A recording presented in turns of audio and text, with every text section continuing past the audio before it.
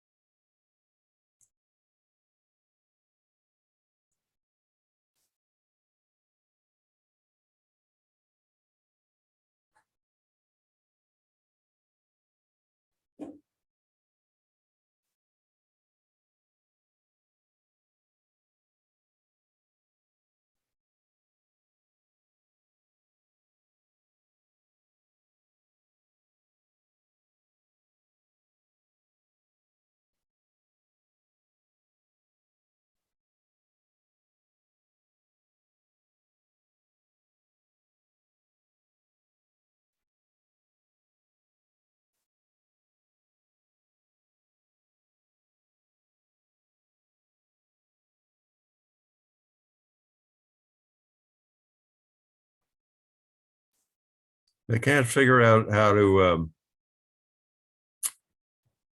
show the transcript at the bottom. Oh, there we go. Now it's up.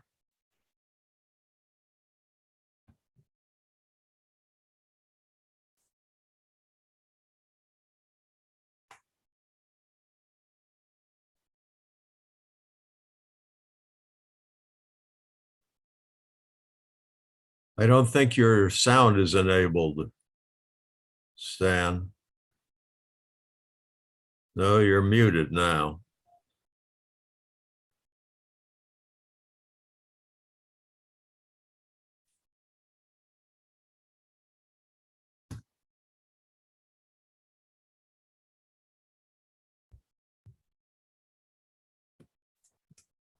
I don't hear you. Wait a minute. Let me try something else. All right, say something now. No, I still have no sound coming from you. Do you have your,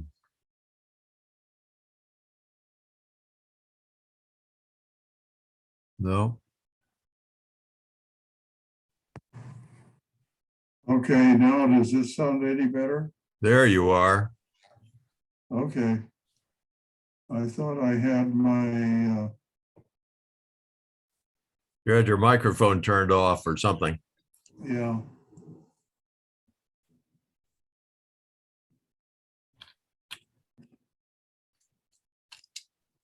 Okay, my Bluetooth is not working. Okay. I'm not going to worry about that now.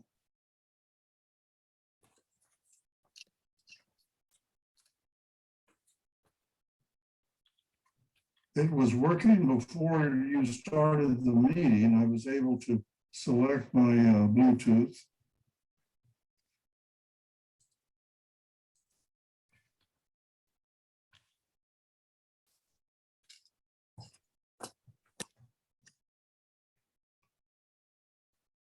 I have very little volume.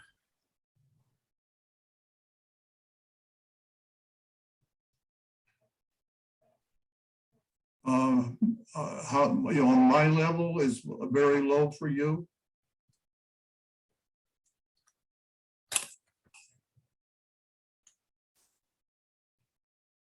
Wait a minute. Now I got my hearing aids turned on. Say something else, Stan. I did a level test. I'm not yelling. I'm trying to be a modulated voice. I'm speaking in hopefully a normal conversational tone. I realize when I get involved, my voice level goes up, but I'm trying to avoid that now. Were you hearing that all right? I'm still having, it's my problem. It's not your problem. Yeah, okay, it's being transcribed, so I guess. Normally, I can plug in my headphones and hear much better that way, but right now, my headphones don't.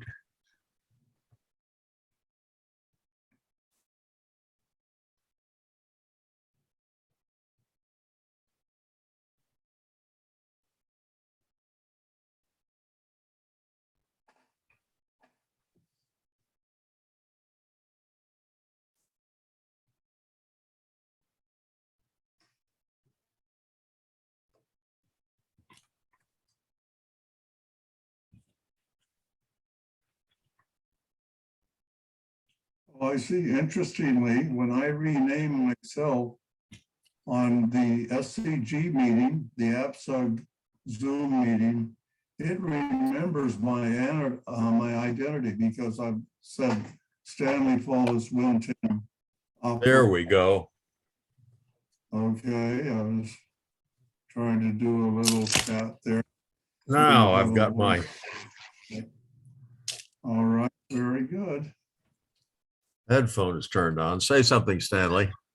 Okay, I noticed that using the AppSug Zoom, it remembers my identity from the last time I was on this session with you. That is, it has the identity. Your sound is very muted to me.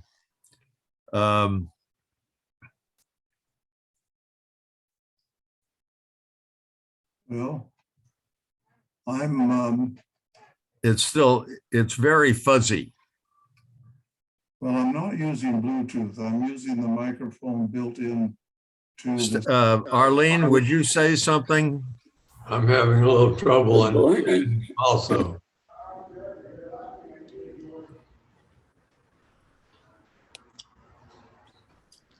I'm having trouble understanding Stan also. Okay, yeah, I think it's your microphone, Stanley.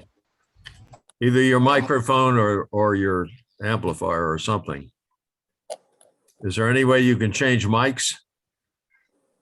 I'm trying to bring on, it says, just a minute, I'm trying to bring on the. I can't understand you at all. This is not going to work very well for a board meeting with you, the president, and conducting the meeting. I understand that is a problem and I'm working on it. Okay, That, I'm getting into my yelling mode now. And I don't like that.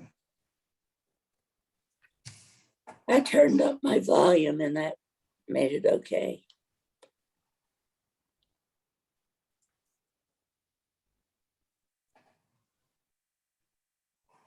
Hey, if you click on the little carrot next to the, Stanley, if you click on the little carrot next to the mute button down at the taskbar, you get a choice of select a microphone. Can you change, can you, I'm well aware of that, Hank. I'm working on getting my Bluetooth connected to the phone, to the computer. okay.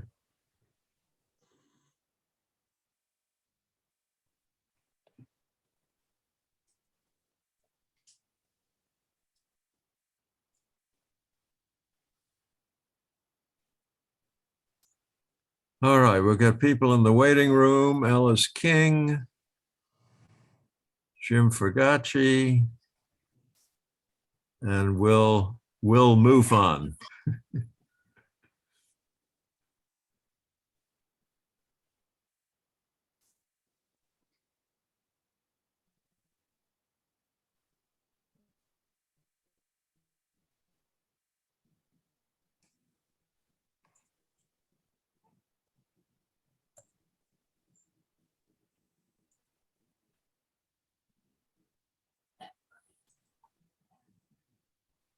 And while we're waiting, I thought I'd just to let you know too that there are 2 openings on the board of directors, and that would be up to you to just appoint somebody new. Okay, thank you. Because now the quorum would be, right now we only have 9, so the quorum would be, make a difference. All right, I'm looking at my agenda. Let me see, how's my voice quality? Oh, just a minute, I gotta. I'm still working on technical, just a minute.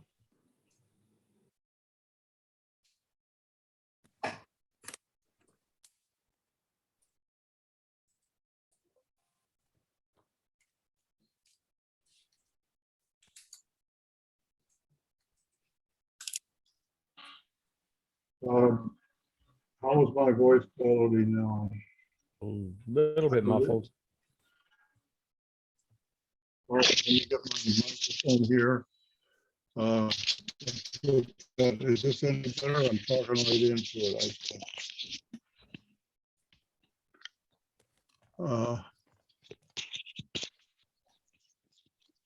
think. How are we doing now? Better. Okay. I think that's about as good as it's going to get. That's good enough. Okay. I am now using my Bluetooth hearing aid device. Okay. Now, what was the question at hand? Oh, about the number. Okay, the names on the agenda. I apologize. I drafted my message to get the agenda out to you, and Miriam reminded me that she didn't get it, and I realized it was still in my draft box just this morning, and I sent it out again. I have the following people as board members. Alice, are you listening? Yeah, I got it. Yeah. Is that correct or incorrect? No, it's absolutely correct. The only thing is that Louise Gillingham is no longer, active, and then Mel has passed away. So that leaves us 2 openings. Okay, but But your list is correct.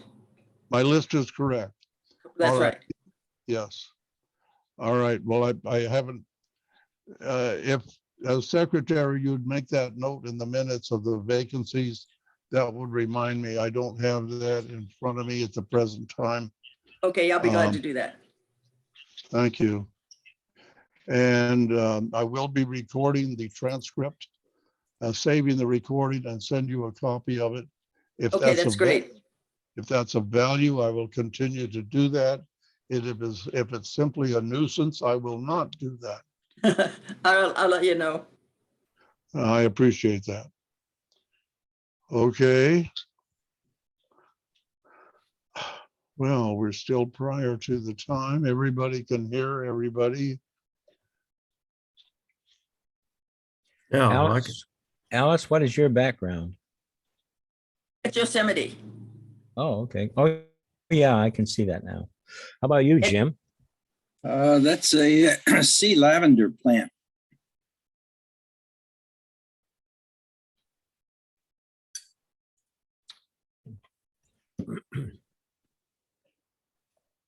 Will, where's yours? I have no idea. You know, I've been saving pictures into a folder I call beautiful, and I've got up to almost 200 of them now. And I really need to go back through and find the favorite one. I've been using this one for several months. Well, and I find the other thing is that I do the same thing. I save them, but then when you use them for Zoom, it cuts off the top part. Like if this were full, like the photo, you'd be able to recognize it right away. Zoom has a Okay, power. I see the appointed hour has arisen. And I am going to open the board meeting. We have a quorum. And James, oh no, everybody present is a board member. Dan is not a board member. We have one guest. All right, we will be receiving guests. And Hank, if you would put guests on mute as they arrive. Hold on, I've got to admit some more people. Just a minute. Will, I have made you a co-host. Would you please watch the waiting room Sure, I will. and admit people as they show? Okay, I've admitted everyone now who has signed up, but hold on, there's Miriam, our treasurer.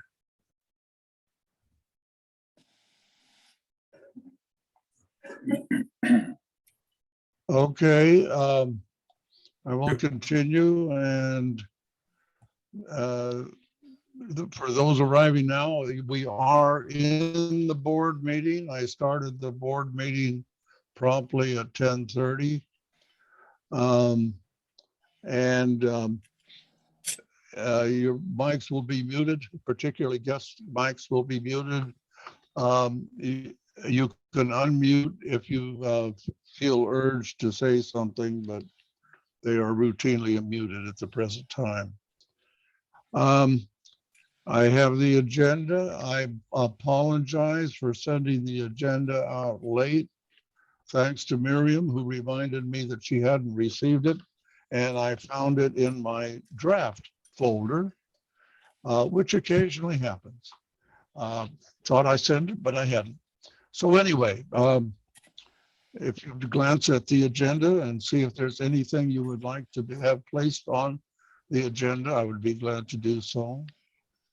And hearing none, I'm going to move forward. The minutes of the meeting also went out in that letter. And if you went to the website to find them, you might have found them in a trash bin. But I think Hank got that fixed. He got that fixed before I sent the minutes out to you. So anyway, the minutes are have been sent. Miriam, do you have a comment, please? Are you asking now for corrections to the minutes? Yes, I am. Okay, there's a reference to Mel. I think it's a reference to Mel Weekly that's written as Mel Wakely. So I'm not, I think that ought to be corrected. Oh, I can certainly do that. Thank you very much. Let me interrupt just a moment. Hank, how do I find out who's waiting in the waiting room? Oh, It should show up at the top of your page when You gotta someone is click on there, participants. or else click participants, and then they will, the ones in the waiting room will be at the top of the participants Okay, I see. list. Thank you very much. I got it. Yeah, I got stuck there for a while. Oh, okay. My apologies. I don't have that window open, so I guess I could open participants window. Anyway, I'm looking at the gallery view primarily. Okay, any other comments on the minutes? I'll accept a motion to accept the minutes as presented. So moved. David Second. McCall seconds. Second, Second. All in favor of the motion, aye. Aye. Aye. I, All opposed? All abstaining? Okay, the minutes are accepted as presented, as modified. President's report. I've nothing relating to SCG. I've had a week from hell with internet access being lost. And I'm going solar, and they were playing with the power cables and such, and I thought it might have something to do with that, but I believe it's just my AT&T fiber optic got lost, got broken or something. And so anyway, I am working now with a little free, checked out from the library, Wi-Fi hotspot, which is going directly, I get my Wi-Fi directly from AT&T to this little box, and then it radiates Wi-Fi and my computer is hooked to it. So just want to remind you, anyway, that's unrelated. Unrelated, moving forward. Nothing further on Ross has his President. hand up. Hey, what? Ross has his hand up. Oh, yeah, Ross, go, yes. Unmute. There we go. A friend of mine worked for the phone company for more than 40 years in various locations and under different names. But he made the comment that if you call the billing department and tell them you want your money back for today because you don't have internet, it's a small amount of money, but the managers inside at AT&T get reviewed severely when they have to give money back. They hate to do that. So it's a suggestion, that's all. Thank you for that, Ross, because I had a hell of a time with AT&T tech support. And I don't want to go into it because it hurts me to talk. And I will do that after this meeting because I think they're very remiss in customer support. I understand they got problems, but I got problems too. Moving forward. Administration report. Will, do you have any to add? No, nothing at this time. Okay, thank you. Programs report. Hank. Nothing on the subject of programs. I have a couple of things I want to say when we get to membership. Okay, very good. Thank you. Treasurer's report. Miriam, yes, I have your report. yes, I distributed the report yesterday. Sorry, it was a little, I tried for earlier in the week. But for Alice, the beginning of the month number was 4722.35 and the ending number was 4924.57. And all of it, well, it was dues and a donation of $85, and the rest, the balancing number was the PayPal fees. Got it. Thanks, Miriam. So how much did we make off of PayPal or was that? We didn't get from PayPal, we paid PayPal. Oh, for the PayPal, okay, the fees. Yeah. membership checks. We do occasionally get an Amazon Smile check. We don't get Right. we don't get money from PayPal. All right. I have one question, or hopefully one, on the page 1 outflows donation indicating $200 outflow in 2021 for That a was- donation. That was for the death of Tom Sprague. Right. Ah, okay. Thank you. Yeah, I think I'm gonna change the titles. We have two accounts. One is donation and the other one is donations. And I'm having trouble distinguishing between the incoming and the outgoing. So I think I'm gonna change the titles. Yeah. Miriam, I have a Well, question. the donations incoming should be under inflows. Yeah, And yeah, But okay, it wasn't. It was an outflow because we gave something to somebody.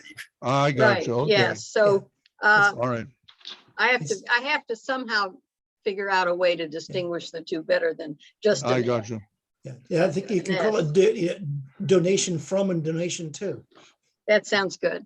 Or contributions and donations and define Okay. which. All right, Anyway, I apologize. I realize now that the incoming donation is under inflows and that should have been sufficient. And the donation that we gave to somebody is outflows and that should have been sufficient, but I missed that point. We'll wake up. Yeah, Miriam, did I hear you correctly when you said we don't get any money from PayPal? Well, we get the money that's come through, but we don't get any extra money like we do from Amazon.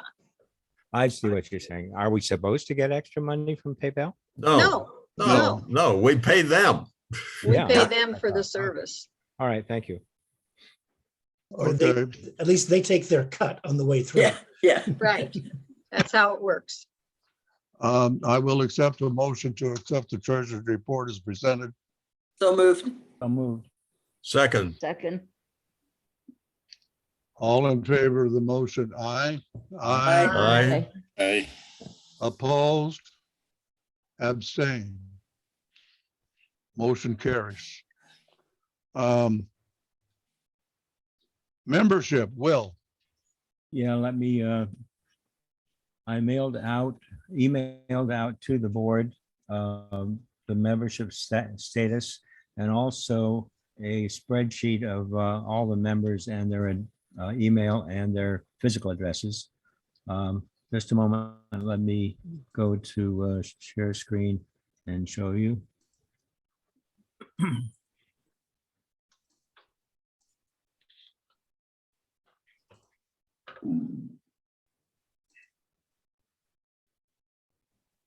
Somewhere around here, it should be.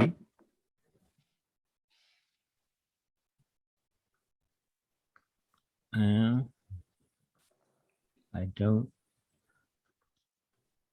don't see what I want to put up on the screen.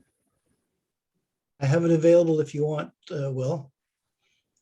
Okay, if you would, because I unfortunately, Which do you want? The just the small spreadsheet that shows the statistics.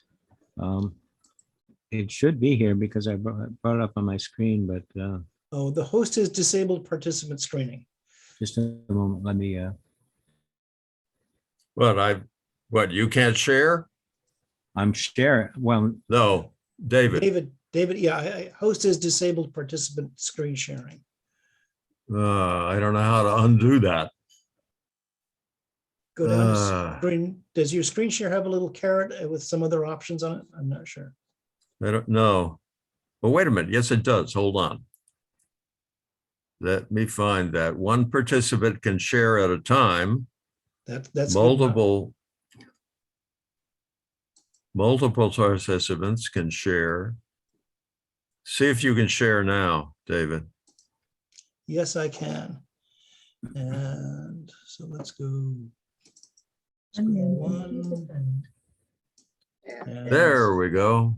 that is it. And as you can see, as of today, we have 39 active members, of which 9 are life members. We lost one, Mel Weekly. There are still 12 members from last year that have not renewed. And so we had one new member that came on. And so our total is 39 members that we have. Any questions? Yeah, the number of actives compared to last year. Would you talk about that for a minute?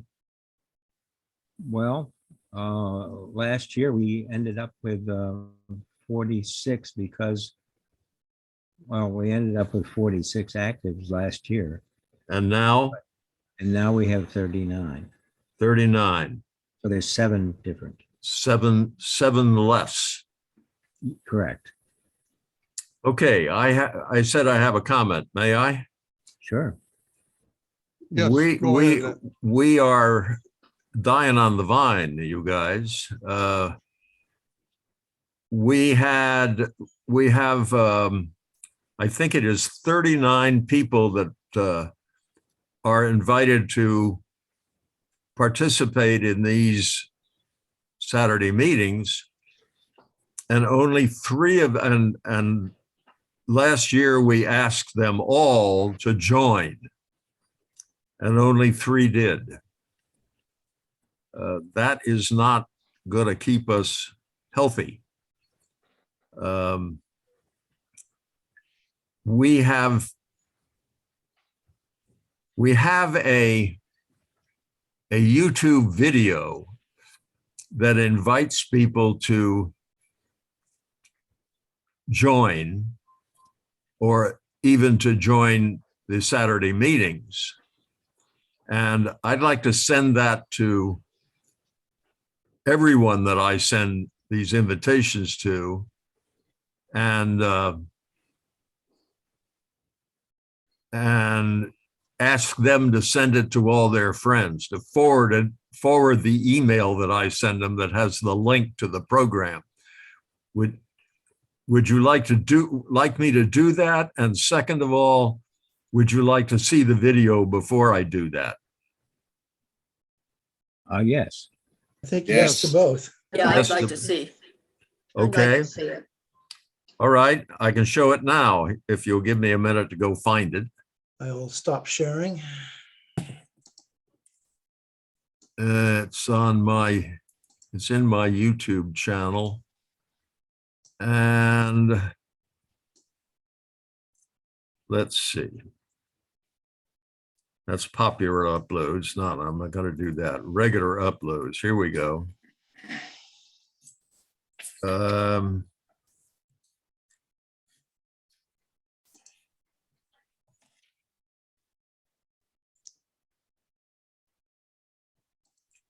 Rats. While Hank is looking, while let I'm- me just make a comment. Hank, just look silently for a moment. I would suggest we start dropping off from the weekly reminder of our meeting, those who have not paid dues. That's worth discussing. And they have been told that they don't need the reminder in order to join. So I don't think we need to send the reminder to people who have not joined. They've gotten familiar with it. They know what we're offering. And the one service of the reminder is something that we can say goes with membership. They still might be welcome as a guest, but the reminder goes with membership. The only problem is that every now and then the link to the meeting changes, and the link to the meeting is in the reminder. Yeah, I was going to bring that up. Well, then those who are not members will not get that updated thing, and they'll have to try to contact somebody like pay dues. I have heartburn with that because we have told AppSug that any AppSug member, which includes hundreds of people from all over the country in different computer groups or computer associations, all of those have been told that the Seniors Computer Group of San Diego welcomes any AppSug member anytime to any of our meetings. Duly noted. Okay. So that gives me heartburn. I think it's our job to go beat the bushes and find more members, and that's what I'm proposing we do. I'm ready to play this thing now Okay. to you as soon as I back it up to the start. Dan, do you have a quick comment you want to get in before the YouTube? Yes. I think being a nonprofit, you have to have the meetings open to the public, and I don't know how that goes over on Zoom. I think Good that point. as long as they can, anyone that can get to the meeting is welcome in it. The problem is because the meeting room or the password may change from time to time, having the address one time doesn't mean you have the address the other time. And also, in some ways, I would not want to put any barriers in the way of people to, to joining the group or to making themselves known. If what we can do is ask at our meetings for people that are not, or we can look and say, if you're not paid up, we can recognize that you're here and are doing this for free, and just that much recognition may get people to decide that it's actually worth something since they're spending the time to join. Okay, Hank, are you ready to go with your Zoom? With Yes. But Jim had his hand up. A comment? I'm suggesting we get to Hank's Zoom and then carry Okay. on. I mean, Hank's YouTube. Okay, here we go. For years, the Seniors Computer Group has met at a retirement home in Pacific Beach to help folks who have problems with their computers. We met in person and people came from near and far. But because of COVID, the Wesley Palms has been closed to visitors. So the Seniors Computer Group has been meeting by Zoom. Let me show you what we used to have happen. We used to meet in an auditorium with a large screen. We would have people present problems or solutions or both on that large screen. And many, many people sat in front of it and learned. Of course, it may be that one of the reasons they came was for the cookies. But whatever the reason, they came. Now, we meet on Zoom. We still have the same basic format. We have a presentation, usually most weeks, about some aspect of the use of computers or smartphones that engages the visitors. And then we have a session of questions and answers, and people can bring any problem with their computer in front of the group, and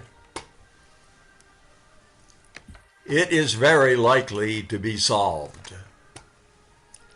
Well, we still get about 20 people every week, but we sure would like to have more. So the purpose of this presentation is to put something together which might interest others in coming to our Zoom meeting. In order to get there, you can click on this page of our website. This is the Seniors Computer Group's website, the first page.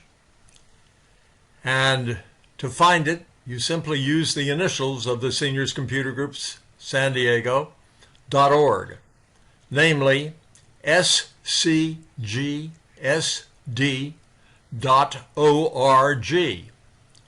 And when you get there, if you go to the first page, you will see this special notice that says we are not meeting physically, but are meeting by Zoom.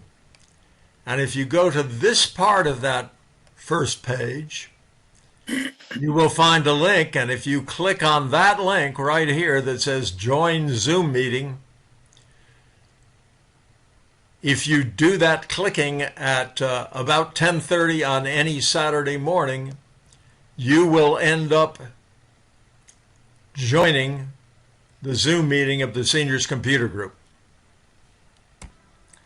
We would sure like to see more people there, so the purpose of this video is to offer to our current members a video that they can send to their friends and their friends' friends and their relatives and whoever they think might possibly either come join a Seniors Computer Group Zoom meeting or tell their friends to come join a Seniors Computer Group Saturday morning Zoom meeting.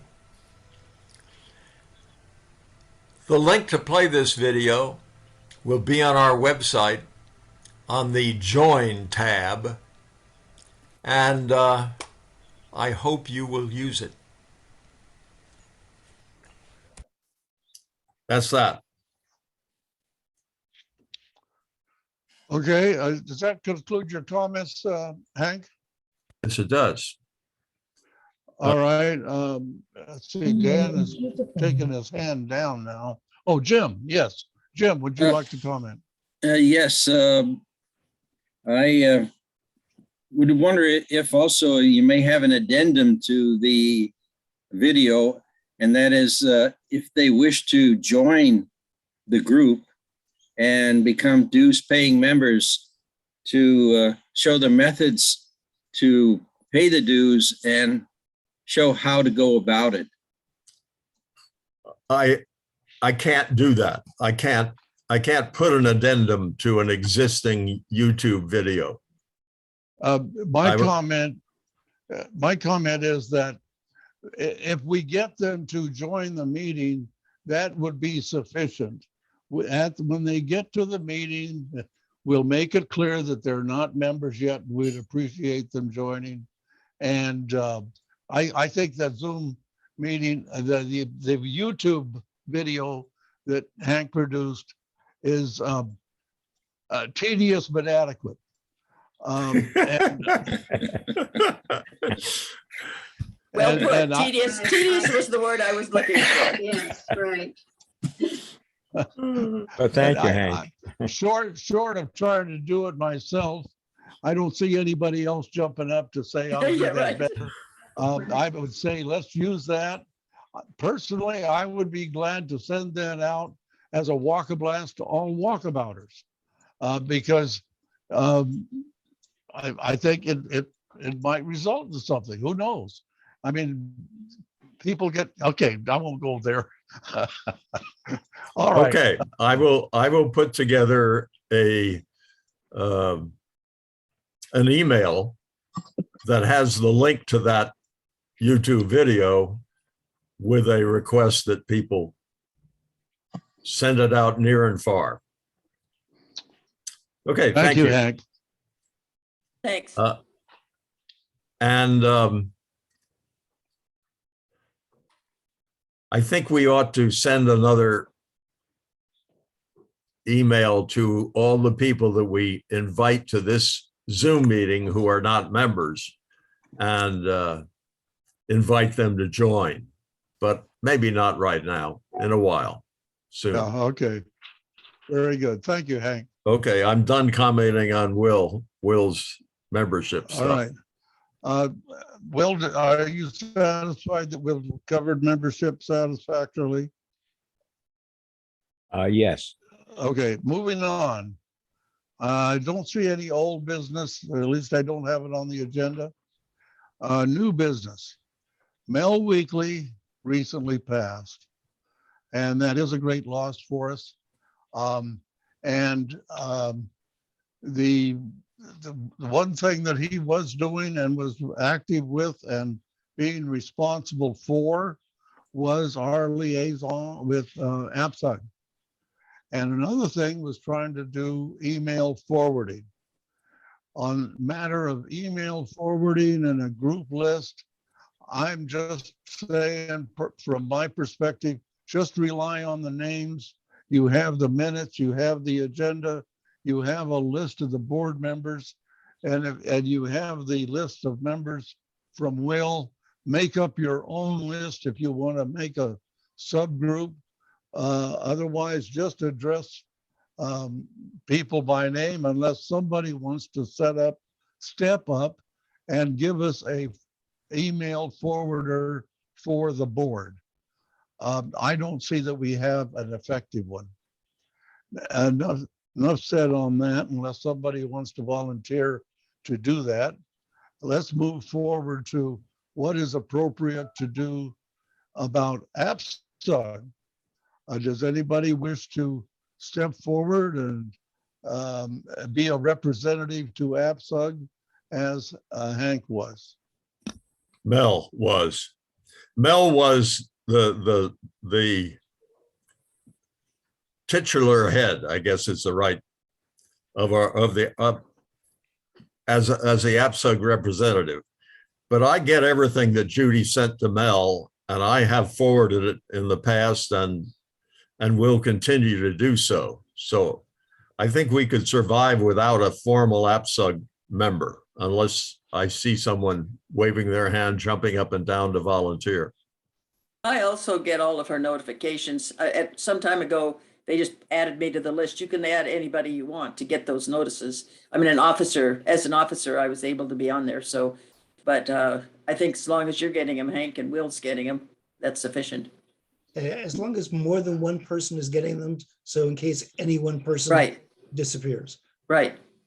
I guess I get them too. The only thought I have on the matter of that is if multiple people get it, it's easy to assume that somebody else is going to take action when action is requested.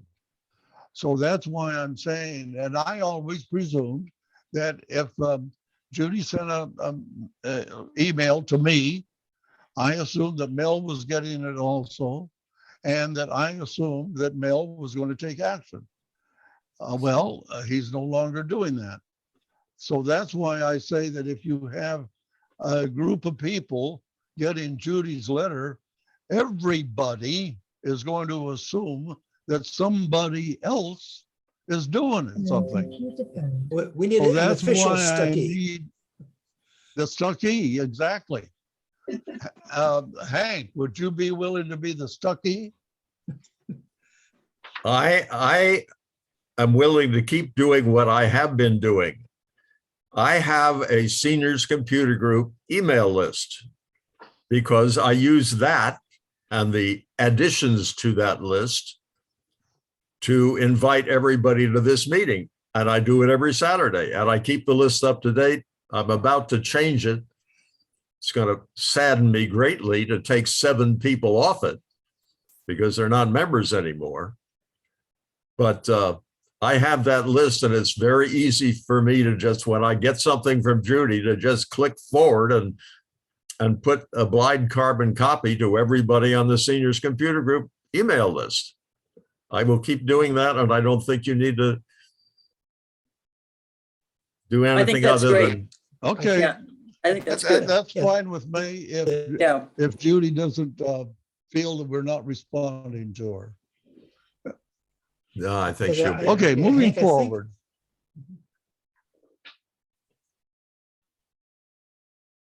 Go ahead, David. Oh, I was just gonna Yeah. say that I think, Hank, was something that AppSug needed us to do. I don't think AppSug asks us to do anything other than forward their Would notices. be the person that initiates, when that's what they ask, then that's covered. Okay, Yeah, right. we'll presume we're covered and, okay. Now, what about, what should be done about Mel Weekly's passing as an organization for our members and the family? Hank? This is an organization of seniors. A lot of us are pretty seniors. All of us are going to die someday, and most of us are going to die not in the terribly far distant future. I think that if you do something special for Mel, I'm going to be very annoyed when I die that you don't do it for me. Yeah. Oh, Hank, you're so sensitive. And we'll take your complaint when it arrives. That is my comment. I value everything that Mel did for us. And I personally was very involved in that because I took over 2 things that he was doing and I'm still doing them. But I think we have already sent something, or I sent it, but I signed it as membership chairman of And membership that, I think that VP. was tremendous, Hank. I think what you did is sufficient and was wonderful. That was really great. I think Okay. that meant as much to his family as anything. Okay, I'm done. Sammy, would you like to comment, please? I think I brought this up last week when we were talking about Mel. And I don't know what you're calling sufficient, but I still think it would be just great if, as a group, we made a donation of some kind to a favorite charity of his. And that could be ongoing for all of us.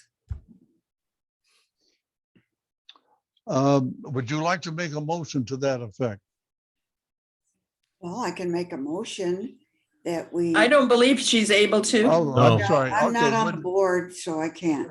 all right, if it involves a donation or any action such as that, it does require an action of the board. What? And Who is it? Hank, would you mute yourself? One of the fellas. Just a minute, I What? guess I One of can. the fellas from the Zoom. Okay, I've muted Hank. All right, does a board member wish to pick up the flag and make such a motion or call for further discussion? I personally don't agree because it sets a precedent and then we would be doing it as Hank mentioned.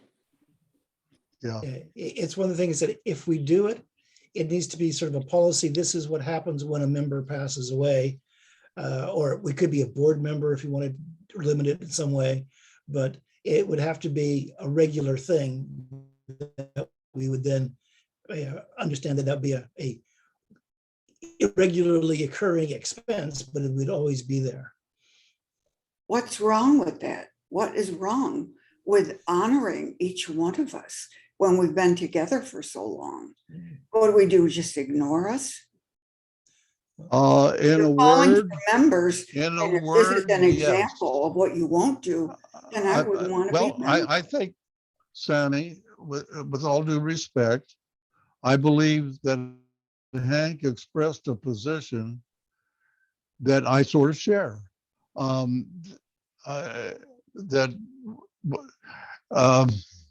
This is a computer group comprised of seniors. And I guess all I can do is say I agree with Hank. And when I asked for a board member to propose a motion, I didn't see any. Hank, would you like to comment?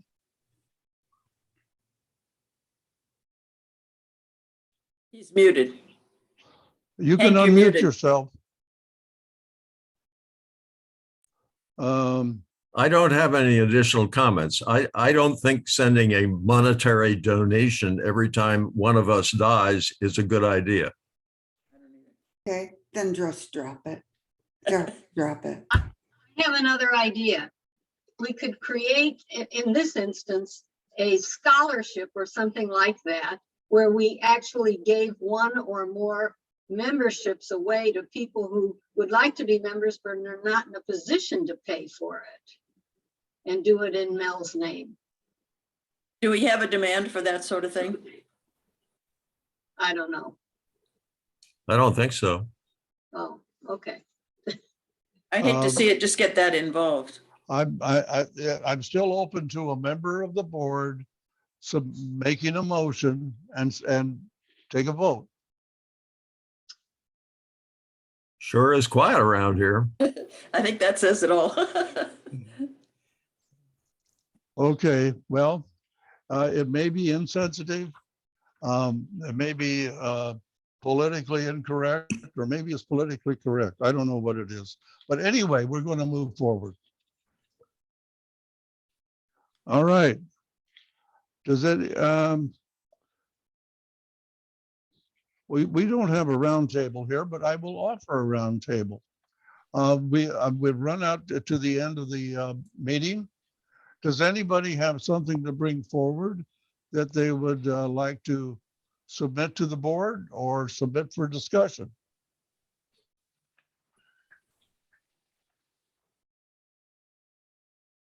I guess one question I have, where are we?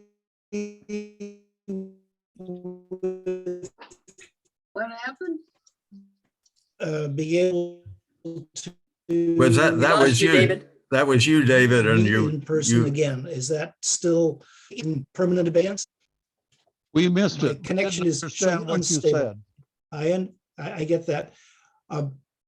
Where are we with meeting in person? Is that still on hold forever?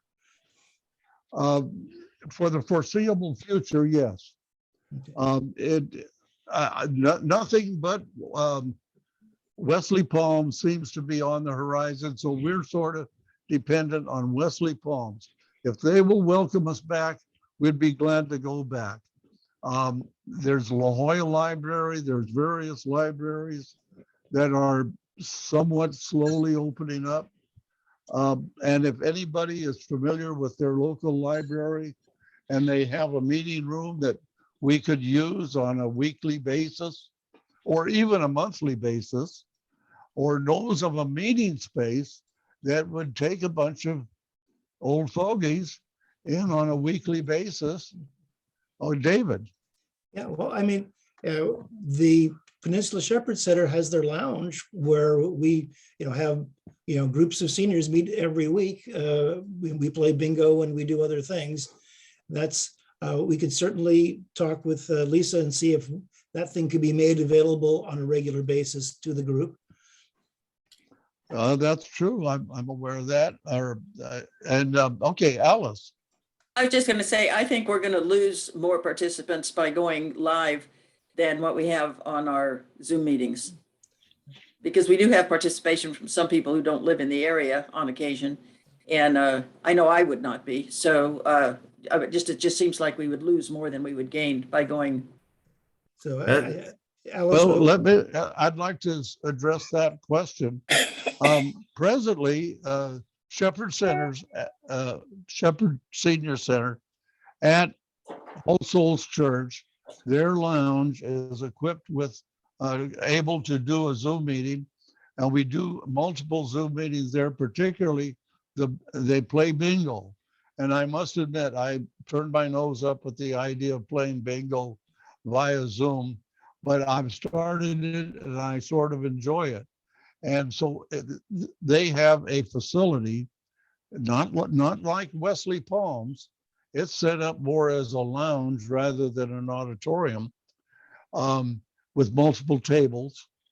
And it is set up, and they have a track record of running a Zoom meeting that is shared with Zoom and local in-house participants, and it works. And so there is a possibility of doing this sort of gradually, of having a joint Zoom and in-person meeting at All Souls Church, hosted by Peninsula Shepherd Center. Go back to Hank. Your friendly vice president for programs wants to remind you that when we met in person, we had people who came and made presentations, and that was the program. We now do it almost entirely by YouTube videos. I am not optimistic about starting in-person presentations. You can have a meeting, but you still have to have things that are interesting enough at the meeting that people keep coming. If I may address that, particularly in relation to PSC, if we meet back in person, I don't see a continuation of what was going on at the Wesley Palms. I see it as a hybrid of the Zoom meeting Q&A and the in-person Q&A, where we get together and just hash over particular petty little problems that we each have in a face-to-face and Zoom environment. I don't think we would start out anyway with having a guest speaker and having them come in with a prepared presentation at all. It would just be a new thing. It would be a combination of a Zoom and 24 people is about the max that I believe the lounge could handle comfortably. And so it's not reproducing what we had at Wesley Palms, and at least initially would not involve a guest speaker. If I'm wrong on that, David, let me know. No, I think that, what I'm thinking is that we could try maybe a board meeting where we have the board members that wish to go to the room, those that don't stay on Zoom, and just see how people feel and get comfortable with that. If they feel that works, then we can do more with that format as time comes on. Okay, that's a consideration. I'm going to jump to Will Wakely, please. Yeah, unfortunately, I kicked myself off from Zoom, and then trying to get back on, I had a problem because I'm the one that was allowing people into the Zoom session. But thankfully, Hank let me back on. I may have missed a couple of things. I just wanted to cover a couple of points that I was not clear on. When we were talking about APCOG, is it a requirement that we have a member contact for APCOG, or can we go along with what I believe we finally decided we would not have an official contact? Is that correct? Hank, you're the closest to being the contact. Would you like to address that question? Well, I don't know whether or not we have to have an APSUG rep. We are a member of APSUG. I know that, yes. And I'll I contact think Judy and find out. I think that's sufficient. I'll contact I Judy and find out. I would suggest you don't contact Judy, because she will say we have to have one, and then we got to find somebody who's willing to volunteer. I have volunteered to take all of Judy's emails that come in and forward them to all our members. And I think that's enough. Well, if it really is a requirement, we really should What's follow the requirements, shouldn't we? What's a requirement? Well, it may be part of the APSUG rules. I don't know. And maybe all that we need to do is inform them that the official member is now Hank, where it was Mel. Yeah, I and think good that's point. sufficient. Good point. Let them come back to us. Yeah. Yeah. Yeah. Okay. All right. Second item was, did we agree upon any specific thing we were going to do upon the death of a member? I didn't get to say what I wanted to say, which was I didn't want to set a precedent. Okay, your wishes were granted. Okay, good. All right. That's all I have. Thank you. Well said. Okay, to continue our discussion about a hybrid meeting at All Souls. I don't know whether I should call it All Souls. That is a physical facility, but it would really be in the Peninsula Shepherd Center facility of All Souls. Is there a consensus of the board that, for instance, it was made that the next board meeting be such a hybrid meeting at for those like myself to attend in person, and anybody else in the San Diego area near Ocean Beach Point Loma, could come to All Souls and be in person, while the others who wish to sign in but via Zoom, do it that way. And we could then go to the Q&A with the all Zoom meeting right from there. Is there an interest in that? If there is, who's going to volunteer to be the connector to Zoom at that facility? Yeah, and It's not going to be me. My Ethernet cable is not long enough to run from Oh, come Hawaii on, Hank. to San Diego. Yeah. And I've been hosting those things at the Shepherd Center for many of the stuff, and so I can take care of that. And we will have a new Zoom link to attach to connect to on that day. So, Just like we had a different Zoom address to attach to when I hosted, or when Walkabout hosted the meeting. And if David can't have to host it there, I can host it there.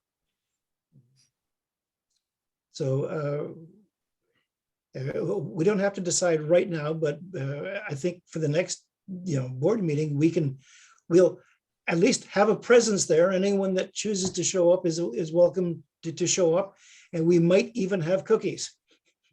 Uh-oh. Okay, Will? Sammy, you're at Wesley Palms. Do you know the status of Wesley Palms for having outside visitors come in? Sammy, did you hear me? Yes, I did. No, we are still very limited. We can have guests, but there is no availability for what we're talking about for meetings. We have a physical therapist on board now. We can't even find space for him. Okay, thank you. The one thing I would say about the lounge at Shepherd Center is we do contact tracing there. We like to have people that say that they have been fully vaccinated when we're in there, and we're in the midst of relaxing the the use of masks. But if anyone wants to have a mask, they're of course welcome to do that. But we do sort of like to have people that are vaccinated, have some evidence that you've been vaccinated when they come on the site. And all that we really do is ask you to say that, yes, you have been vaccinated. No one actually checks on those things. Mm-hmm. Has anyone from the board been directly in touch with Ben Geske, our executive director here? Because I spoke to him a while back, and that's the input that I got. They're not ready to allow us to come in. My feeling is, if they're not ready to host a large group coming in, they're not ready, and talk is just useless. I'm disinclined to pursue it further. I think this boat doesn't need rocking right now. I second Stanley's opinion. Okay, let me clarify whether there's any interest in the All Souls proposal. If there's no interest in it, I'm not going to pursue it. Why don't you Okay. ask how many people might show up? Well, that's sort of what I'm asking. Okay, how many people might show up? I count 2.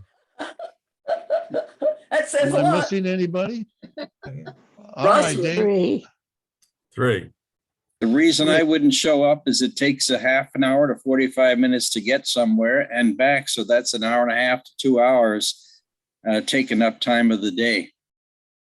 That's right. Well, it's only 5 minutes away from me, and about the same for David. So I don't think it's worth it for the 2 of us. Where is the Shepherd Center? It's on the Catalina Boulevard in Chatsworth. On Right Point- in the middle of Point Loma. the middle of Point Loma. Okay. I'm in Lakeside and I won't be attending.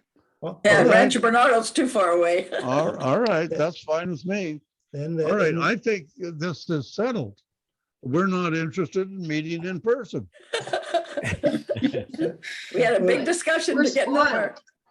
well, this is our Okay. second, Vote first, discuss later. our second got nowhere, but I have another comment.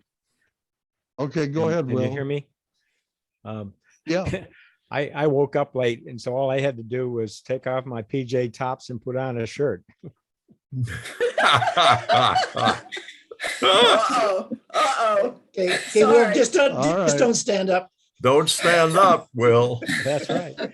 Maybe you've seen some pictures of people saying what Oh, they're yeah. wearing when they're on some sort of Zoom session. And they all are wearing great tops and terrible bottoms. yeah. Okay, if there's nothing further, I will go on the next item on the agenda. Oh, when the hell is next meeting? It's not April 4th, I know that.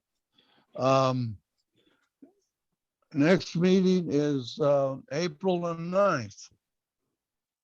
That's and, correct, April 9th. April 9th, yes. Okay, and with that, I declare the meeting adjourned and stick around for Q&A. And I turn the meeting over to Hank and Will for Q&A. I have an interesting story if you're interested, if another tale of woe, but I'm open to the Q&A. Okay, if no one has a Q&A, let's go back to Stan and hear your interesting story. Okay, as I mentioned at the beginning, somebody may have added since then. I'm putting in solar, and that's a job that takes 4 hours. This process in December, expecting it to be completed in January, and here it is March, and it's still holding for the final checkup and one thing or another. And in the process, one of the last things was to actually hook up to SDG&E, which I am, but at the same time, I lost my fiber optic connection to AT&T. And after checking settings and one thing or another, and Saul actually coming over here and helping me, we called AT&T and they were not able to see the end of their box. I mean, the end of their wire, which is a box. And so we determined that from that, somewhere along the line, the signal is not getting to their little fiber optic box.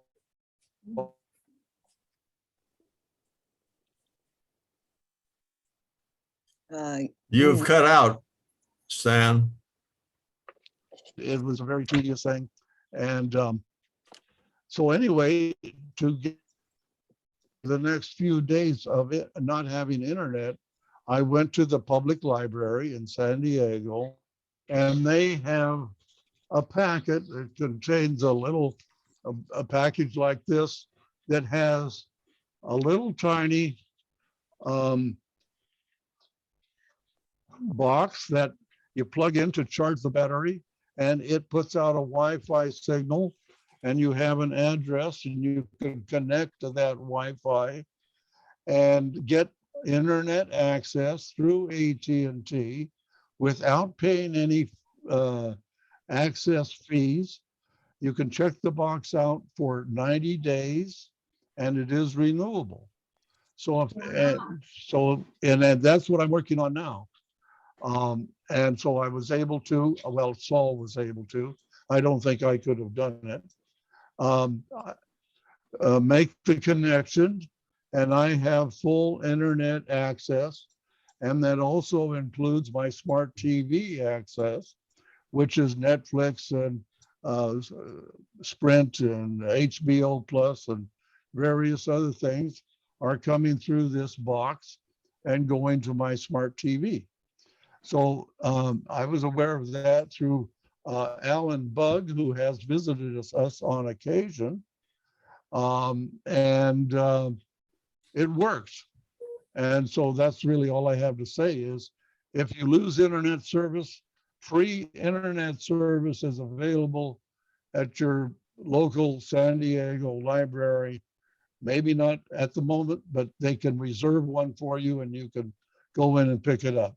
Fortunately, I was able to just to run down to the Point Loma Library on Voltaire and pick one up, and I had it up and going in a matter of 2 hours after I went to pick it up.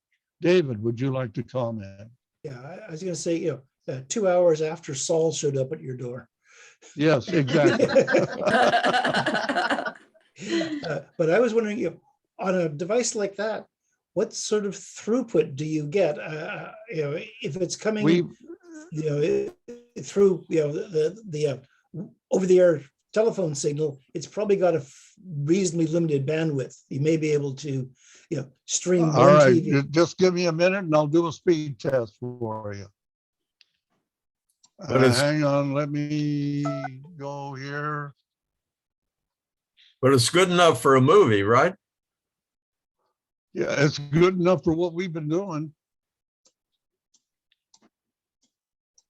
Okay. Now, allow me to share my screen. And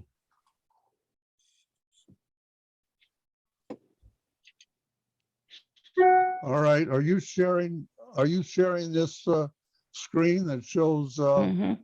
Yes, all we can right, see now it. here we Wow. are. I'm going to do a speed test. That's amazing.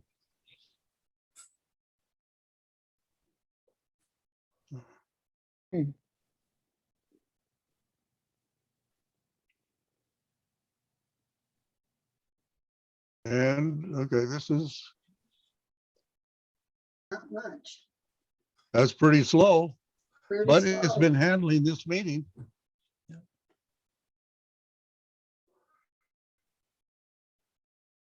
I think it was up around four, whatever those things are. When I ran it the other day, this is very low. It's down to Well, 26. That's because you're actually It is streaming the meeting slow. at the same time. Oh, okay. All right. Yeah, the load affects it, no doubt about it. But that's streaming a dozen video clips. All of you people are live and most of them are moving pretty well. So anyway, that's what it's doing.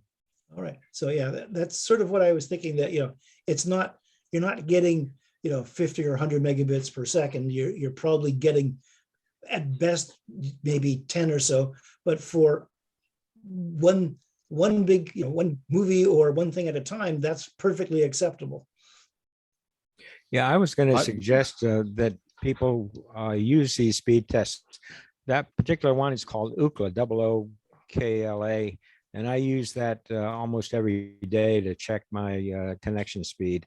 And so download that program and use it. It's really valuable to find out how your internet's running. That was Ukla. Okay, Jim.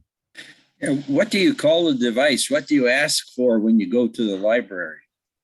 Wi-Fi hotspot. Thank you. Yeah, call up. Never mind. Yeah, just go for that. Alice King. I just wanted to say that, hang on just a minute. I just wanted to say that I noticed in the Union Tribune this morning that all libraries within the next couple of weeks will be back to their original schedules. They will all be open, and they're even going to be open on the Sundays, the one that were before.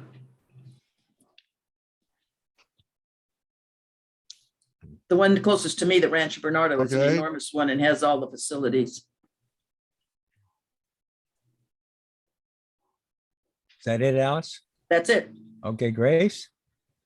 Yeah, Okay. Will, what was the program that you used to test your speed? It's called Ookla, OOKLA. Okay, thank you.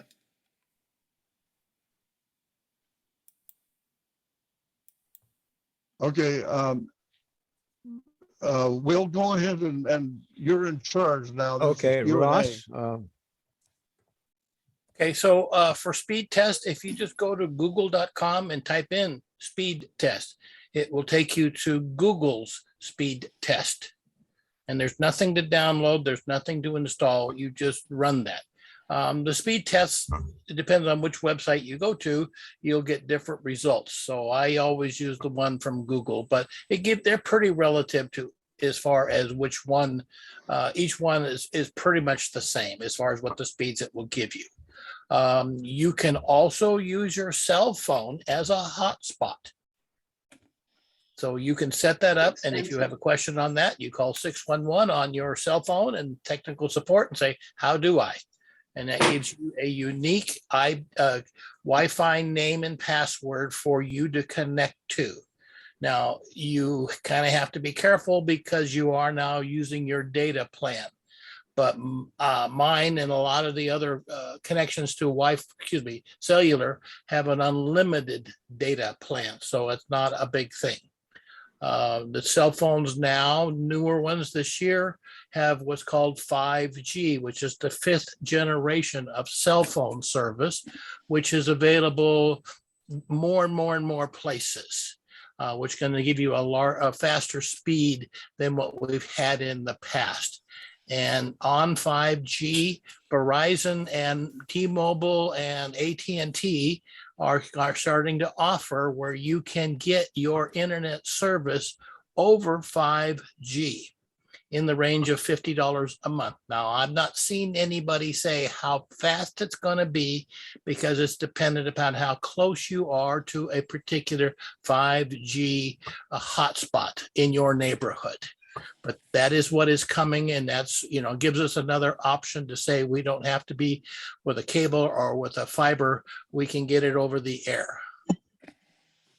Ross, what sort of Thank speeds do you get not 5G? Okay, I don't understand your question, sir. I wondered what sort of speed you would get if you're not on 5G. It depends on are you connecting to cellular? Are you connecting to a local Wi-Fi? And it also, if it's a cellular connection, it's always dependent upon how far away you are from a particular tower. So you can't say in general it's going to be this speed or that speed. It's all dependent upon your physical location at that time. But it is coming, and my phone now has 5G, and I don't have 5G showing on my phone in my house. But if I go outside, then I see 5G, and in most of the places where I drive to, I'm starting to see 5G available, and it just switches over to that automatically, like it was to another Wi-Fi signal, and it is I was wondering faster. if you have tested it to find out what sort of speed you get when you connect to the cell phone. What, I have not tested it recently, and it all, again, is dependent upon where you are. Okay. That's all I have. Okay, Pat? Yeah, I'll have AT&T, and I can go on my AT&T or whatever that website is, and they do the download and the upload speeds right from there. And then the other thing they have is they have like a questionnaire, like how many people are using this and all this kind of thing to determine whether or not your download and upload speeds is adequate for you. But that's AT&T. And I also have Verizon, so I have problems with them both periodically. So they sent us, I got a Wi-Fi extender from AT&T, and Verizon sent me a free LGE thing that supposedly costs $250, but it's free to me until I get rid of Verizon. But we're in the process of plugging that in because I get horrible phone service in this house. Always have. Right. Anybody has any ideas about that? Let me know. We haven't plugged the thing in. It's some sort of a LTEG something or other extender. Supposed to work. We haven't tried it out yet though. Ross, you have a comment? Yes, I've installed those at businesses. With cell phone services getting better, there's not as necessary anymore. But wherever the strongest cell phone signal you have, whichever window that is, that's where you should set up that device if you can. Used to have a little puck that you had to adhere to the window where it picks up the cellular signal. It also then has to find a satellite, a little mini satellite dish. Because once you get connected, it has to tell the world, this is where this modem is. So it has to have a connection again. So it has to be in an area where you get that. So I would move it around before I hard connect it in somewhere. They work well, but again, it's the distance to that. It's another Wi-Fi signal. So it's not going to go 1,000 feet. It's going to go 100 to 200 feet through your house to get a better Wi-Fi signal. And generally, yes, it can give you much better cellular service. Now, for that to work, you usually have to have a wired internet connection, because that's how it is starting. That's how it's giving you internet, is through that hard wire to find out where the information is. So it's work with the technical support people that are there. They do plug in and work. It just takes making sure you read down to the procedure and say, do this, do this, do this. So you wouldn't necessarily put it by, I'm not that familiar with all this stuff. So you wouldn't put it by the modem then, is that it? Well, it's again, it's a Wi-Fi device that needs to find a satellite dish. Right, okay. So if you're putting it into the center of your house and it can't see a satellite signal, it's not going to work. So that's why I'm saying set it up somewhere that you think you get good cellular service in, and or get a good line of sight to say, this, I know this, I have a exposure to the southern horizon. I'm going to be able to get a cellular signal that direction, or excuse me, a satellite signal, excuse me. Thank you, David. Satellite signal to that device, because it has to have that to orient that device in the world as such.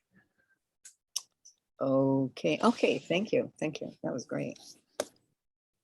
Hank, you have a comment? Question? Yes, I do. I'm sharing my screen. I just ran a speed test. I have 77.8 megabits per second download and 19.8 megabits per second upload. Okay. I have a dumb question. At what number will my computer not do something? In other words, supposing these numbers get down to 10 to 20 on the downloads usually, and 5 to 6 on the upload, depending on what you're trying to do. Okay. Those are great numbers that you're getting right there. And most places are going to faster. And if you talk to like Cox now, they're offering you 1,000 megabit down. okay, so supposing I have 3 and 2 here.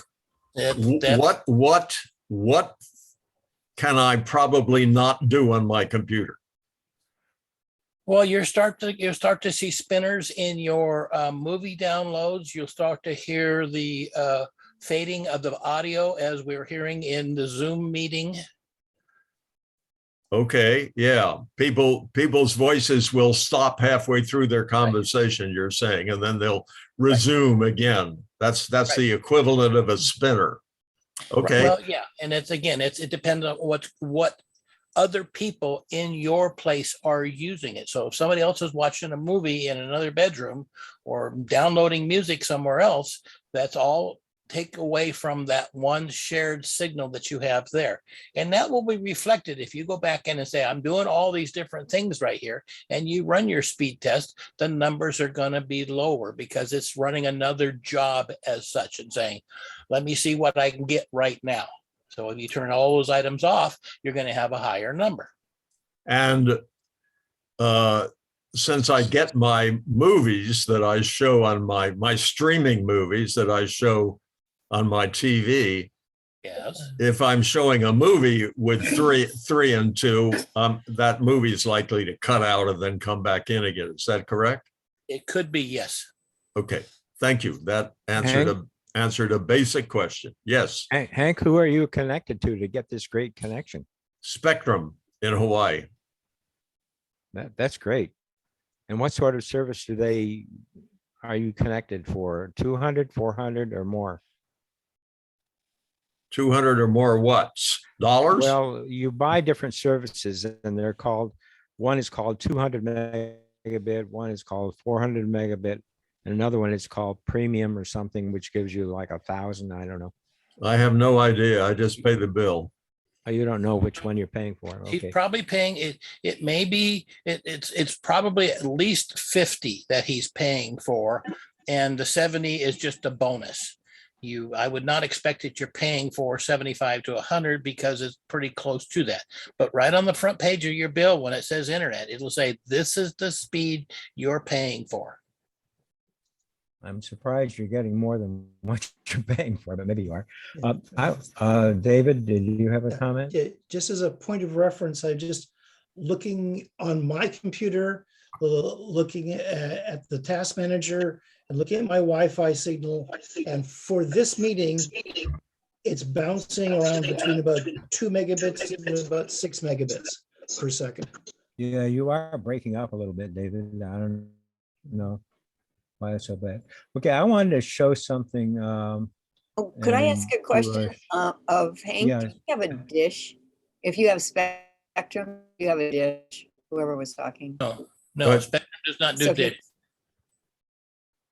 Oh, Who are you asking? whoever had Spectrum, do you have a dish involved? No. No, no. No, dish? oh, Spectrum? No, it's a coax cable.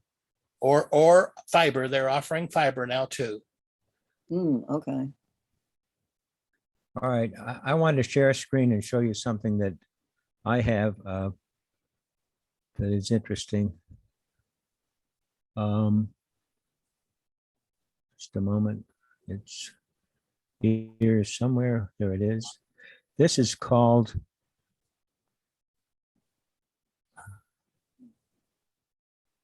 There's your spreadsheet.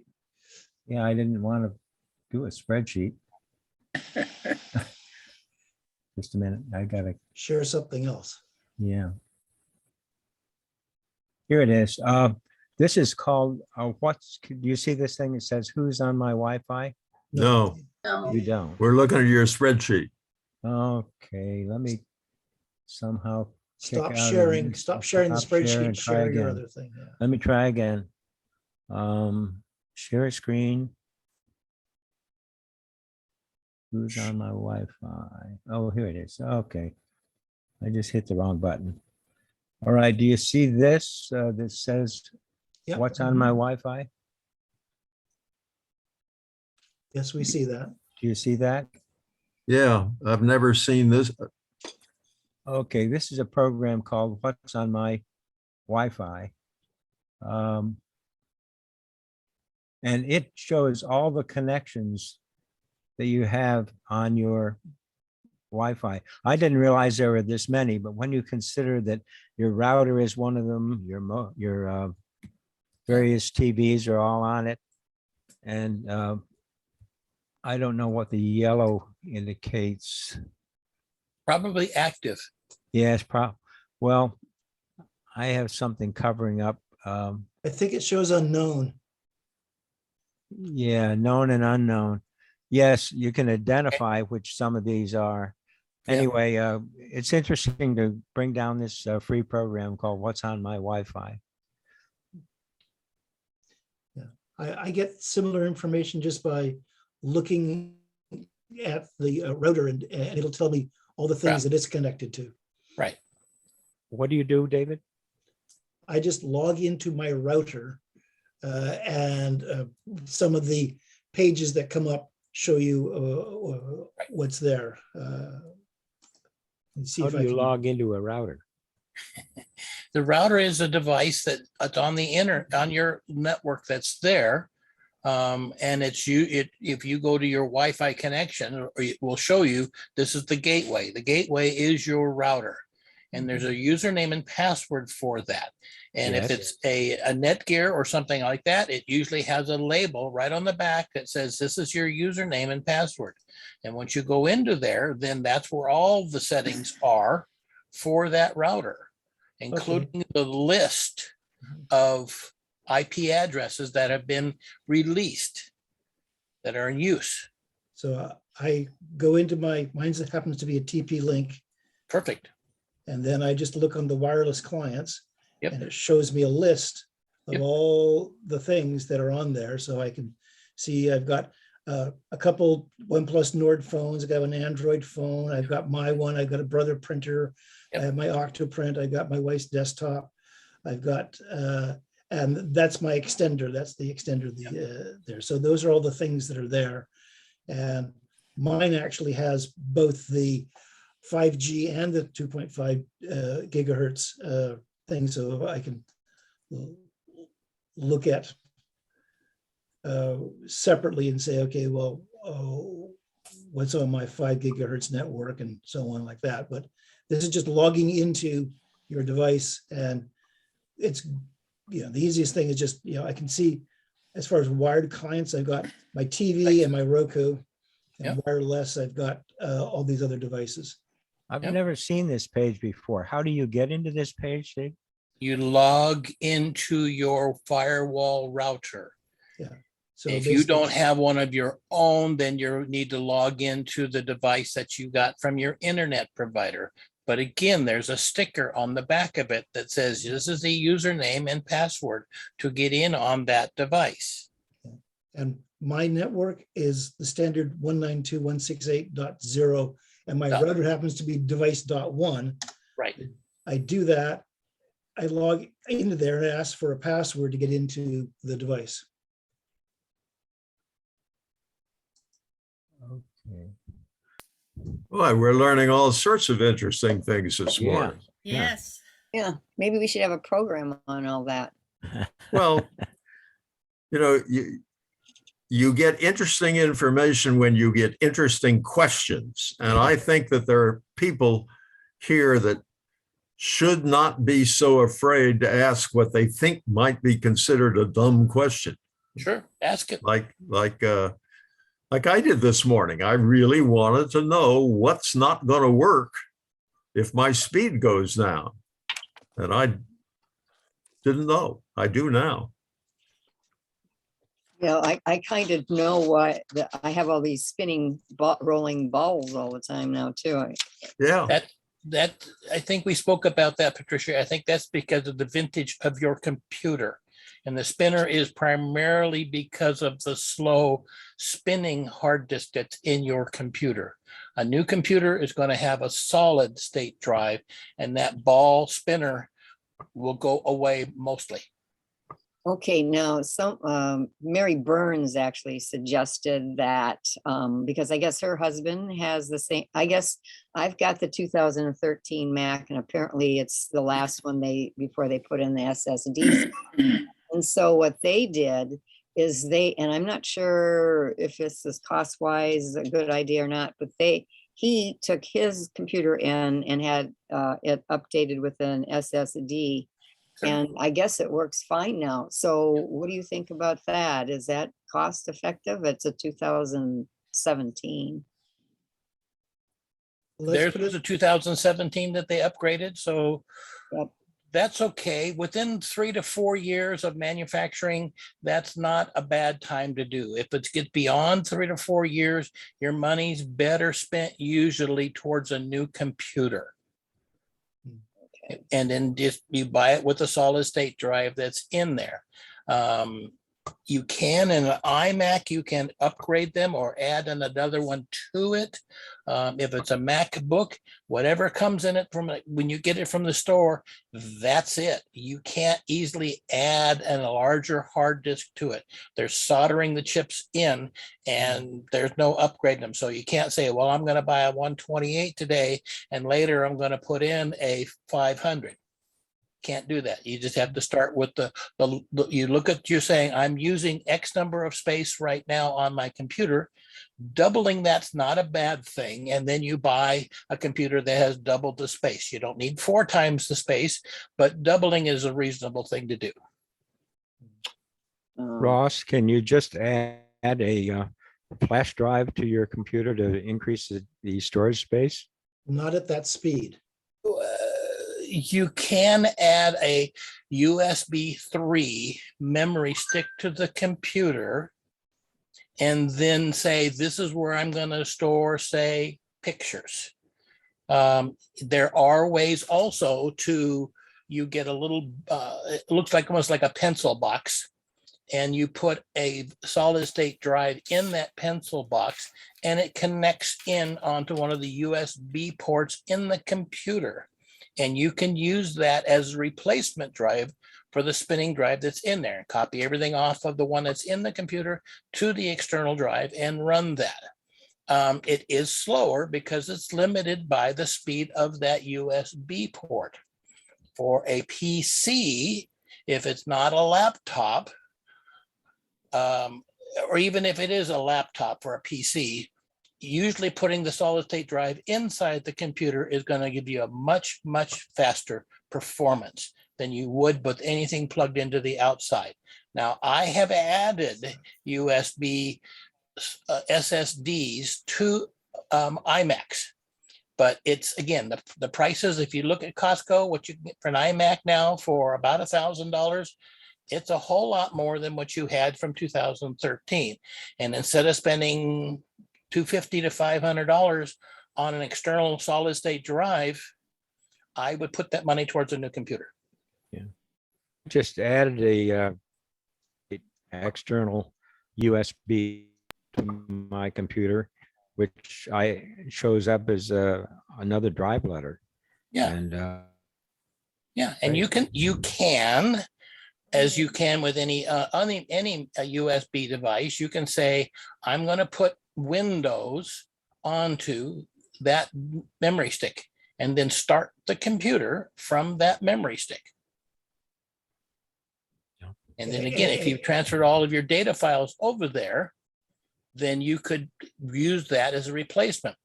But again, it's not a cost-effective thing to do in a PC to try to say, I'm going to buy a 256 megabyte solid state drive, move everything over to that, and it's just going to be a wonderful fast performance. It'll be better, but it's not really worth the money. I use this drive as a backup to put my backups on this drive and then disconnect it when I'm done with the backup. Yep, I understand you do that. I don't recommend you do that. No, I know that. I've seen this movie. Yeah. I've heard this movie. So when your system goes down and you haven't done a backup, Yep.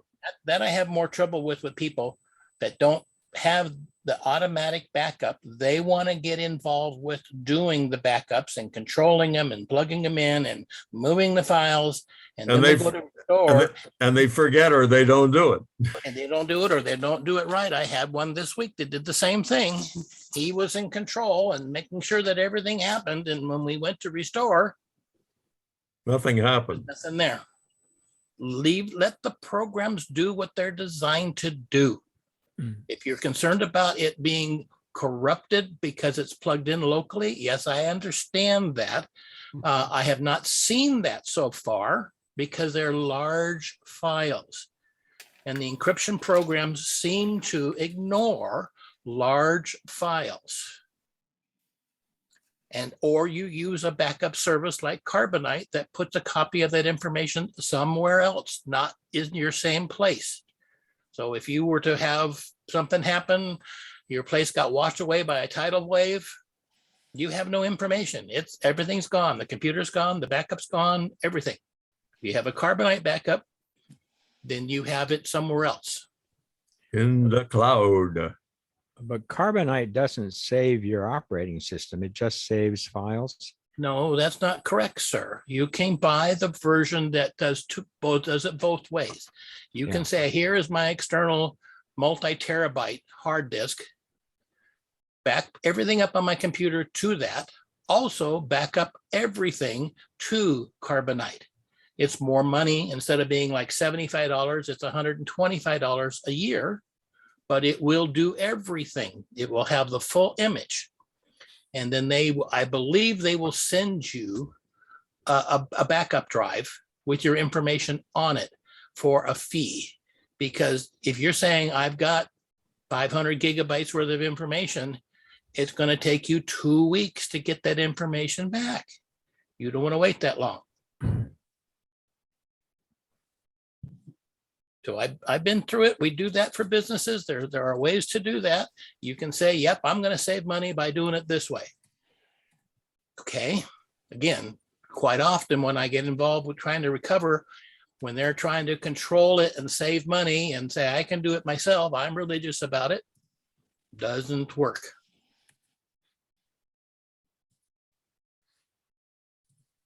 Okay, Stan. Oh, okay,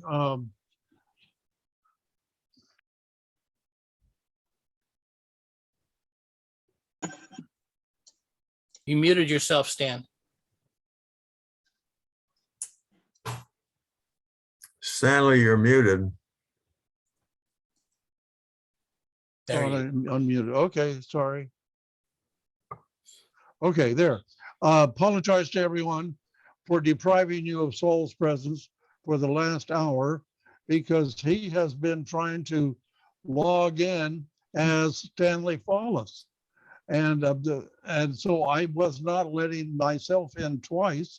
Turns out it was Saul. So I will let him defend himself as to how he was logging in as Stanley. It was the walkabout Zoom account that he was coming in from, apparently.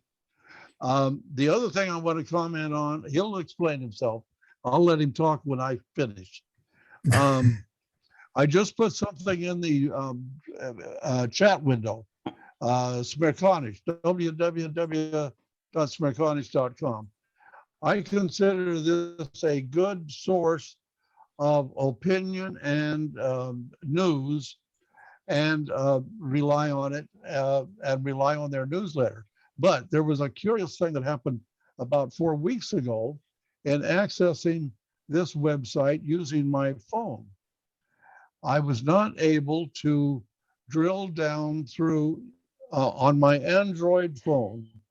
I was not able to drill down through the menu structure to take their poll about a question and offer my opinion, and then we see the reports. But I was able to do that on my computer. And if anybody's interested, I would like them to go to this site and using your phone and try to vote in their poll. I could not get there. If you use your computer and go to that website and try to take their poll, it usually works and you can usually get there and take it. And I'll take comments later, but anyway, if somebody has a question on that, I'll take it. What is it? Ross had a comment. Why would you want to take the poll? That's not the question. Right. It's that accessing the website via a phone has a different effect than accessing the website on the computer. And it's something that changed in the last few weeks. So when you go to a website, your device communicates back to that website. This is what operating system you're working on. This is what version of Windows, version of Mac OS, or whether it's Android and should be on a mobile version of the program. And then the website then downloads to your system that version of that website or that device. So things are different. It's a different full website for Android versus what it is for Windows versus what it is for Mac. and trying to do things. Quite often, when I'm mine, they come up and say, okay, can we download the mobile version of this program for you? And then it's limited to me. And I say, no, let me have the full website, and then I'll zoom and find the things that are there. So there are differences depending on each website and which operating system you're connecting with. And so Stanley, Okay, thank quite you. often people that set up websites know that phones have a much smaller real estate, so they reshape all the things to make things there. And occasionally they will leave things out, and occasionally things just get broken from one to the other. Okay, is that it, Stan? Yes. Okay, Saul? So I wasn't sitting there from the beginning of this meeting. I had another obligation this morning. I did try to join about 11:20. And as far as my name being Stan Follis, that's because I'm going to blame that on Zoom. I was hosting Stan's Zoom meeting yesterday, and apparently that name stuck, but I don't know that I could see what my name was going to be while I was waiting in the waiting room. Maybe I could have, and I just didn't notice. And so then as soon as I got admitted, I realized that it said Stan Follis. And even though I had changed Stan's name from yesterday in the Zoom meeting to my name, okay, but Zoom seemed to think I should still be Stan. And I didn't know that it stuck until I got admitted into the meeting, and then I saw it immediately and I renamed myself. Well, Saul, shame on you for confusing Zoom. I was helping Stan yesterday. He was having technical difficulties and could not host a Zoom meeting that was scheduled by his account. So I was hosting it on his behalf. And I didn't know that Zoom was going to change my identity in the process. Something new that we didn't really want to know about, but we now know. And the reason I originally raised my hand, just because Ross was talking about backup, and this will probably fall on deaf ears all across the board here, but for anybody who's interested, APCUG is having a roundtable discussion on backup software the last Wednesday of this month on the 30th, which is free if you want to attend it. And can you tell us how to attend it? Contact Judy Talor. Well, isn't this what Hank sends out to all of us? Every now and then we'll get a message about APCUG or what. So he'll send it out. The last I will if Wednesday? I get it. I haven't seen it. I got it because I had signed up for the workshop that they're going to do. In fact, I was at the one last week, which was on Gmail. And so they're having 3 this month. You won't be interested in this coming Wednesdays because it's on different applications on Linux operating system. And so, but I mean, Dan might be interested. Okay, but anyway, the rest of you won't be. But I plan to be there. Okay, Saul, you were not on earlier, and we were Mel Weekly was our representative to APCUG, and as you know, he is deceased. Mhm. So the question is, do we need a new representative to APCUG? And the he came up with was no, we don't. However, I'm thinking that maybe we do. And would you be willing to be our representative to APCUG? Yeah, that would be fine. I do think the group ought to have one. Okay, because you're a member of APCUG. Yeah, I think the board need one, but I agree with you. I think we do need a representative. And if you'd be willing to that would be.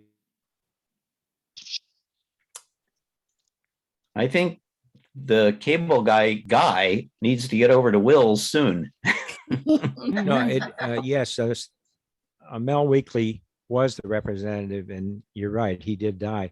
And so we do need a new representative, and I think you're very active in that area, and I think you'd make a great representative of our local San Diego Computer Society. So would you consider doing that? If nominated, I will accept. I would like to I think you just got appointed with no, That's fine. I think all you need to do is send Judy an email and tell her you're it. I think somebody from the board ought to do that to make it official. I don't think I should nominate myself to them. Okay. Well, I nominate Stanley. Well, I'll tell you I- something. I would- Let me just bring something up, and that is that I was going to make the suggestion anyway. I think Stan should appoint Saul as one of our directors at large because we do have 2 openings at this time. Therefore, he would be on the board and he would be a very good official for the EPSUG. If Saul is Very willing to good. accept. Yeah, we're not in the board session at the present time. I'll do what I can outside of the board meeting. Yeah, right, I don't exactly. know about opening up the, yeah. Just bring it up next time, but Okay. just a consideration, but that would work great if Saul was willing. so Saul, that would be great if you'd be the rep. I think you'd be a perfect representative for us. I've got, I agree. how do we get a hold of this Judy person? I know you've referenced her in the past, but are we supposed to have her email address and stuff, or where do we get that? Should we ever need it? I have it. Oh, can you put it in the chat or something? Oh, wait a minute. I'm not sure that they want everybody. I'm not I- sure how their policies go because I get all their emails because I'm secretary and, but I don't think it's just open. I don't know. But- I do not want to post Judy's No, I agree. I don't name think you in the should. chat. Okay, well, how would you know what the programs are? Like Saul got this information about a program that we apparently may or may not get. So how would we go about? getting it? Judy sends those to several people on the board, I believe. And Hank. Yeah, but the then question is that distributes them. Pat wants to get it. So, The AppSug representative will start forwarding all those right. announcements that Judy sends out to all the senior computer group members. The paid members, that's right. Okay, that's fine. I thought that's what you were doing, Hank. Hank, I thought that's what you were doing. I was, but I didn't. I don't have to now because Saul's going to be an official member. Why don't we get off this subject? This horse has been beaten to death. I would trust that Hank would continue to do the forwarding that he's been doing in the past. I don't think I need to. I think the AppSug rep does that. Well, presently, Judy believes that Mel Weekly is the AppSug rep. And she has, as a courtesy, been including other people in her mailings. I'm just asking you to continue to forward the AppSug information that you claim you have been forwarding in the past. Please continue that task. Yes, I got Hank's email. I never got anything from Mel about the upcoming events about AppSug. Then I might suggest that you go to the APCUG website and then see if you need to sign up there or view that occasionally to see what upcoming events they have. You can be proactive as opposed to wait for someone to tell you. Well, I'll put that on my list. Okay. I have another question. The Wednesday, what time are these like webinars you can sign in whenever you want, or is this a specific time that you'll be having to watch it? They are at 9 o'clock Pacific time. That's AM? Yes. Oh, okay. Patricia, I will forward you that information after the meeting. Oh, okay. All right. Thank you.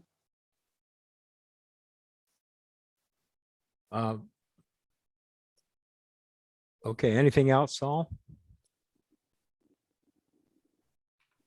No, I'm sorry. I was overlooking at the AppSug website just to see if it's easy to see what they're doing. Yeah. And so is it? Be patient, Patricia. I'll let you know. Yeah, There's let's a move on. website that you can go Or to. you can go there too, and it is not at absug.org. It's at absug2.org is what I just found out. Okay. If you want more, you can either wait patiently and I'll get back to you, or you can go there directly. Would you repeat that website? Saul, would you repeat the website? No, I suggest you Google or DuckDuckGo or whatever web search engine you want to use, APCUG. We're going to teach people how to fish here. Okay. We're not going to feed them constantly. I thought you were a fishmonger that would give it to us directly. Somebody have a new question. We need a new question here. It is Okay, quarter past Mr. 12. I've got my hand up. Yeah, Mr. Drayton. I'd like to make a comment about